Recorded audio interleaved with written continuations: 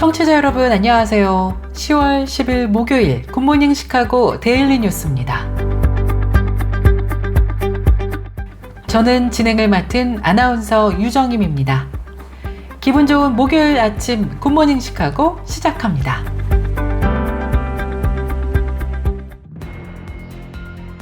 KCBS 굿모닝 시카고 헤드라인 뉴스입니다.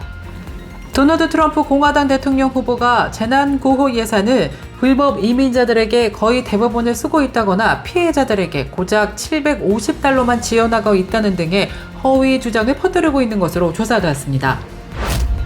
브루스팩이 리스테리아균에 오염된 900만 파운드 이상의 즉각 섭취 가능 육류 및 가금류를 리콜 조치했다고 밝혔습니다.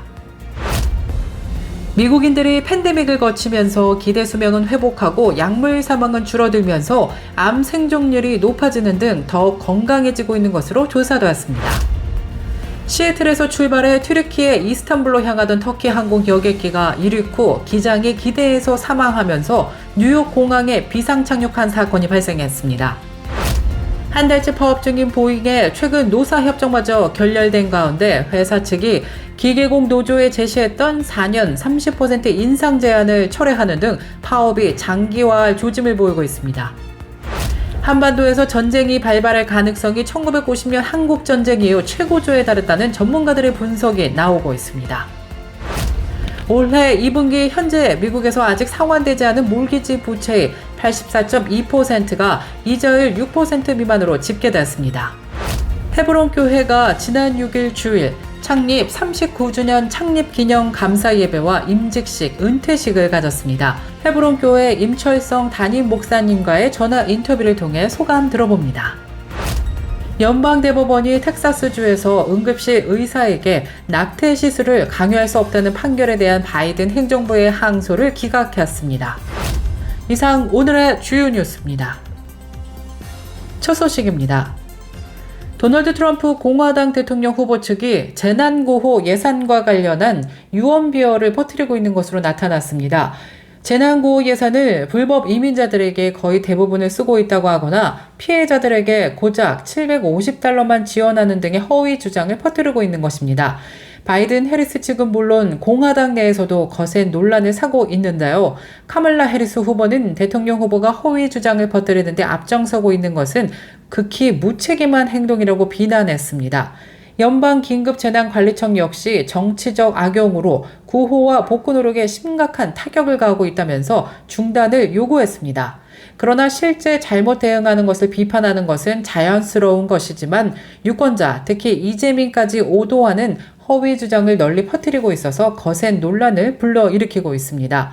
브루스 팩사가 리스테리아균에 오염된 900만 파운드 이상의 즉석 섭취 가능한 육류 및 가금류를 리콜 조치했다고 어제 밝혔습니다. 오클라호마에 본사를 둔 이 회사는 해당 제품이 2024년 6월 19일부터 10월 8일까지 생산됐다고 밝혔습니다. 이 제품은 미 전역의 다른 매장 및 유통업체로도 배송된 걸로 알려졌는데요. 현재 USDA 검사 마크 내부 또는 아래의 시설 번호가 51205 또는 P51205가 있는 모든 제품은 리콜 대상입니다. 미국인들이 팬데믹을 거치면서 기대 수명은 회복하고 약물 사망은 줄어들면서 암 생존율이 높아지는 등 더 건강해진 것으로 조사됐습니다. 젊은 Z세대의 태도 변화 등으로 약물 오남용 사망도 10%나 감소했고 암 발병 후 5년 생존율은 40년간 20%나 높아진 것으로 조사됐습니다. 암 진단 후 5년간 살아남는 생존율도 꾸준히 높아지면서 40년 만에 20포인트나 늘어났으며 최근에는 성인병을 불러오는 성인들의 비만율까지 10년 만에 처음으로 제자리했습니다. 미국인들의 기대 수명은 2021년 76.4세에서 2022년에는 77.5세로 늘어났습니다. 아직 팬데믹 직전인 2019년의 78.8세에는 못 미치고 있지만 매년 회복하고 있는 것을 보여주고 있습니다. 약물 오남용 사망자들은 2024년 상반기 현재 10만 1,200명으로 전년보다 10%나 감소했습니다. 시애틀에서 출발해 튀르키예 이스탄불로 향하던 터키 항공 여객기가 이륙 후 기장이 기내에서 사망하면서 뉴욕 공항에 비상 착륙한 일이 벌어졌습니다. 터키 항공에 따르면 지난 8일 해당 항공사의 TK204편이 시애틀 공항을 이륙한 후 어느 시점에서 이 항공편의 기장인 59살의 일체인 페흘리반이 의식을 잃었다고 합니다. 응급처치에도 기장의 의식이 돌아오지 않자 부기장은 비상 착륙을 결정했고 여객기는 이륙 8시간 만인 지난 9일 존 F 케네디 국제공항에 착륙했습니다. 그러나 결국 기장은 비행기가 비상 착륙하기 전 사망했다고 터키항공 대변인은 밝혔습니다. 한 달째 파업 중인 보잉의 최근 노사 협상마저 결렬된 가운데 회사 측은 기계공 노조에 제시했던 4년간의 30% 인상 제한을 철회하는 등 파업이 장기화할 조짐을 보이고 있습니다. 보잉은 이번 협상에서 노조원들에게 재택근무 수당과 퇴직 수당을 올리겠다는 뜻을 노조 측에 전했습니다. 지난 9일 회사 측은 성명을 통해 안타깝게도 노조는 우리의 제안을 고려하지 않고 우리가 기업으로서 경쟁력을 유지하려면 수용할 수 있는 수준을 훨씬 초과하는 협상 불가능한 요구를 했다고 밝혔습니다. 따라서 현 시점에서 더 이상의 협상은 의미가 없기 때문에 제안을 철회했다고 밝혔습니다. 한반도에서 전쟁이 발발할 가능성이 1950년 한국 전쟁 이후 최고조에 달했다는 전문가들의 분석이 나왔습니다. 외교 전문지 포린 폴리시는 지난 7일 이 같은 내용을 담은 미국 싱크탱크 스팀슨 센터의 로버트 매닝 선임 연구원의 기고문을 게재했습니다. 매닝 선임 연구원은 한반도에서 전쟁이라는 최악의 상황이 조만간 발생할 것으로 보이지는 않는다면서도 김정은 북한 국무위원장이 핵 보유를 선언하고 남북한을 적대적 두 국가 관계로 규정하는 등 심상치 않은 움직임을 보인다는 이유를 들었습니다. 그러면서 북한이 향후 6개월에서 18개월 사이에 극적인 행동에 나설 가능성을 키웠다고 주장했습니다. 올해 2분기 현재 미국에서 아직 상환되지 않은 몰기지 부채의 84.2%는 이자율 6% 미만으로 집계됐습니다. 부동산 포털 리얼터닷컴의 분석 결과 2분기 기준 이자율별 몰기지 점유율을 보면 3% 이하가 21.6%, 3에서 4%는 34.6%, 4에서 5%는 18.4%, 5에서 6%는 9.6%로 집계됐습니다. 현재 이자율과 근접한 6% 이상 이자율의 점유율은 15.8%에 그쳤습니다. 리얼터닷컴이 최근 진행한 설문조사 결과 미국의 잠재적 바이어들 중 40%는 금리가 6% 이하로 낮아져야 주택 구매에 나설 것이라고 응답했고 32%는 금리가 5% 이하로 떨어져야 주택 구매를 할 수 있을 것이라고 응답했습니다. 계속해서 교계 소식이 이어집니다. 헤브론 교회가 지난 6일 주일 창립 39주년 창립 기념 감사 예배와 임직식과 은퇴식을 가졌습니다. 헤브론 교회 임철성 담임 목사님과의 전화 인터뷰를 통해 소감 들어봤습니다. 인사 나눠보겠습니다. 안녕하세요. 안녕하세요. 임철성입니다. 헤브론 교회 담임하고 있는 임철성입니다. 네, 우리 굿모닝 시카고 청취자 여러분들하고는 처음 뵙는데요. 이번에 아주 의미 있는 교회 행사가 열렸다고 들었는데 행사 소개 좀 부탁드립니다, 목사님. 네, 지난 주일이었습니다. 10월 6일 헤브론 교회 창립 39주년 기념 예배가 있었고요. 그리고 이어서 임직식과 은퇴식이 있었습니다. 39주년이 됐다는 거는 굉장히 놀라운 숫자인데요.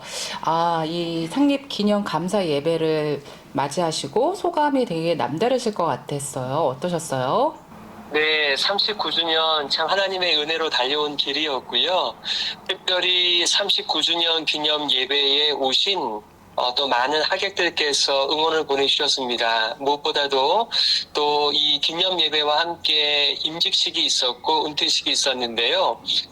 임직식에서는 장로 2분과 안수집사 5분, 권사 5분을 임직 진행하였는데 참 지난 6개월 동안 열심히 훈련 받으시고 또 그분들이 참 전심으로 봉사하시겠다라고 하는 그런 다짐들 참 좋았습니다. 그리고 은퇴자들도 참 많이 있으셨어요. 장로 1분, 안수집사 2분, 권사 13분이어서 다른 때에 비해서는 더 많은 인원들이 은퇴를 하셨습니다.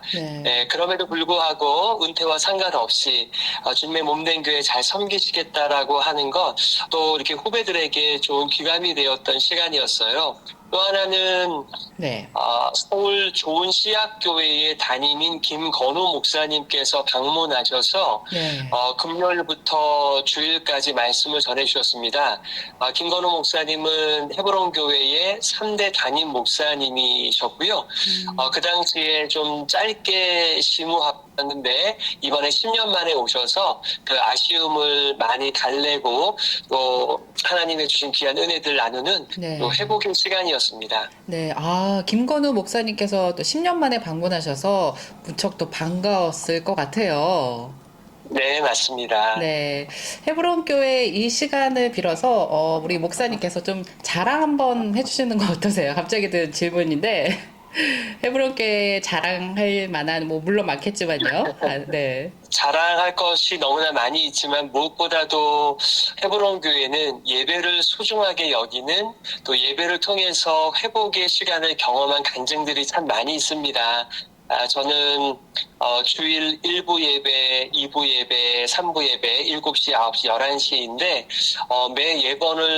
매번의 예배를 드리면서 참 하나님께서 저와 우리 성도들을 만져주시면서 새롭게 회복시키시는 귀한 시간 경험하면서 저는 헤브론 교회 자랑이라면 처음부터 마지막까지 참 소중한 예배라고 말씀드릴 수 있을 것 같아요. 우리 마지막으로 우리 헤브론 교회 앞으로의 계획 또는 기도 제목이 있다면 나눠주시면서 마무리 인사 나눌게요. 네, 계획이면서 기도 제목이라고 할 수 있는 것은 우리 헤브론 교회가 1세대와 다음 2세대, 3세대, 4세대가 함께 사역하는 상호 의존형 교회로 결정을 하면서 참 갈 길이 먼 것 같아요.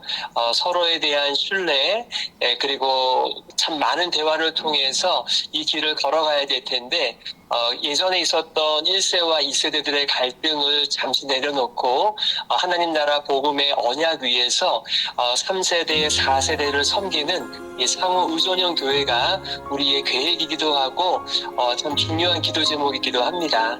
네, 나눠주신 기도 제목 가지고 우리 굿모닝 시카고 청취자 여러분들 함께 기도해 주시면 좋겠습니다. 네, 헤브론 교회 임철성 목사님과 함께 했습니다. 고맙습니다. 감사합니다. 네.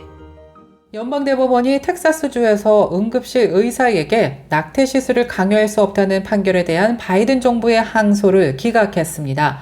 지난 7일 오전 발표된 판결 목록에서 대법원은 해당 사건에 대한 상고를 기각했습니다. 이 사건의 쟁점은 연방정부가 연방법을 해석하여 응급실 직원에게 낙태를 시행하도록 요구할 수 있는지 여부였습니다. KCBS 날씨 정보입니다. 10일 목요일 맑고 화창한 날씨 이어지겠습니다. 낮 최고 기온 71도, 밤 최저 기온 53도 예상됩니다. 11일 금요일 기온이 오늘보다 많이 오르면서 오랜만에 무더운 날씨가 이어지겠습니다. 낮 최고 기온 85도, 밤 최저 기온 60도 예상됩니다. 날씨였습니다.